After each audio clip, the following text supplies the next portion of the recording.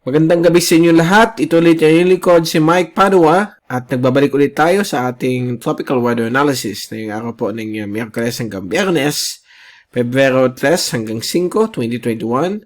At itong Tagalog version ay pinaglilingkod sa inyo ng Typhoon 2000.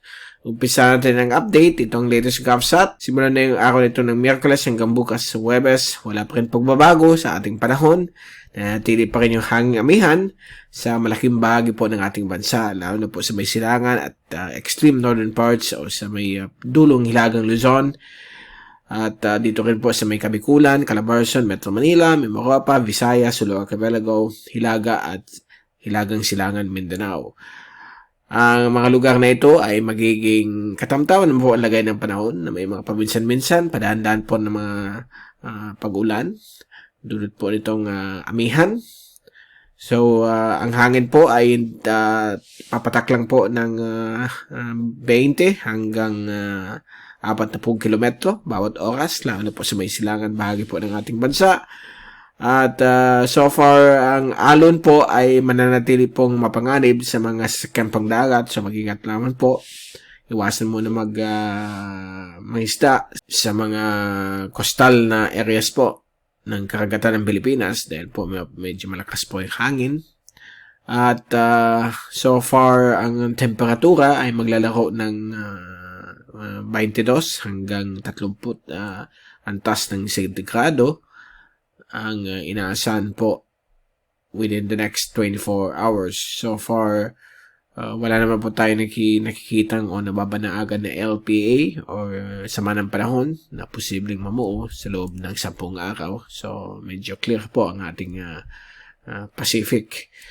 Samantala, ito po yung ating fast animation. Nothing to show you. So far, mayroon lang tayong mga low-level clouds ng amihan dito. Dito naman po, isang surface trough. Hindi naman po siya low pressure at hindi po siya magde-develop. Dito po yung ating windy.com UMETSAT satellite animation. Zoom in po ito. At makikita po natin Pilipinas ay napakaganda po ang panahon except po yung mga high level to mid level clouds dito po sa may Kabisayaan na posibleng magbigay po ng mga showers. Dito rin po sa may dulong hilagang bahagi po ng Northern Samar. Dito rin po sa may eastern o silangan bahagi po ng Kabikulan. Silangan bahagi po ng Luzon ay magkakaroon po ng mga padaan-daan pong mga pag-ulan tulad po ng hanging amihan. At kung tingnan natin yung mga ulan na ito po yung forecast ng mga ulan sa loob ng 3 araw, simula na yung araw po ng Miyerkules hanggang sa Biyernes, kita po natin yung mga pag-ulan ay tataas po dito sa may bahagi po ng Kabikulan, kasama po Marinduque, Romblon at silangan bahagi po ng Oriental Mindoro. At ganoon din po sa may silangan bahagi po ng Northern Quezon at Eastern Cagayan. May mga inaasahan po yung mga pabugso-bugsong ulan na pwedeng umabot po ng 50 hanggang 100 milimetro ang sukat po ng ulan sa loob ng 3 araw. So, hindi po ito masyadong mabigat, ito mga ulan na ito. So, mga drizzle lang po ito, mga maninipis na ulan hanggang sa up to katamtaman. Yan po yung at times na nangyayari kapag may dumadaan. Bigla lang yan, mga few seconds, mawala naman kaagad. So far, yun po ang resulta ng hanging amihan sa nakalipas na ilang araw. Dito rin po sa may silangan bahagi po ng Mindanao, tulad po ng amihan as well. At yung paghina niyan, magiging mahinang amihan o yung northeasterly surface wind flow. So far, yan po ang ating latest.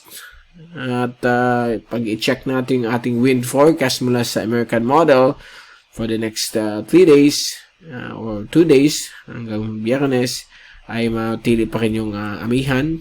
So dito po pagdating bukas po ng hapon ay medyo mahangin pa rin po lalo sa may coastales na area po ng Luzon hanggang dito po sa may Sulu Archipelago.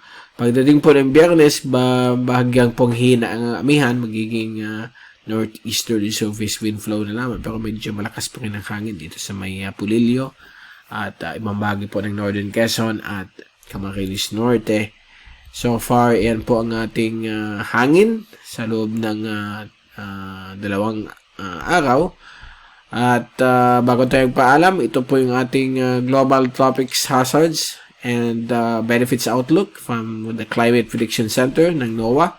At 2 linggo po ito na climate conditions sa ating bansa at sa ibang panig ng mundo. At sa unang linggo, simulan ng araw na ito hanggang Pebrero 9, ay may mga inaasahan pong mga above average rainfall, nasa high confidence po, sa may silangan bahagi po ng Visayas at silangan Mindanao. Samantala dito po sa pangalawang linggo, simula Pebrero 10 hanggang 16, ay may moderate chance or 50% chance of above average rainfall sa may bahagi po ng Mindanao sa susunod pong ikalawang linggo. Okay? O February 10 to 16. So, if hindi po ito matuloy, so hindi masyado po maulan sa Mindanao. Pero kung matuloy po ito, medyo magkakaroon po ng mga pag-ulan sa mga araw na yan sa Mindanao sa ikalawang linggo. Pero na yung unang linggo, dito muna po sa may Eastern Visayas at Eastern Mindanao. Okay, so dyan po nagtatapos ang ating tropical update ngayong araw po ng Miyerkules hanggang Biyernes. At muli tayong babalik sa susunod na mga ilang araw. Mula sa Typhoon 2000, ito si Mike Padua nagpapaalam. Mag-ingat po tayong lahat. Be #WeatherWiser, #TyphoonWiser. At maraming salamat po sa pagpanood nyo sa aking weather channel.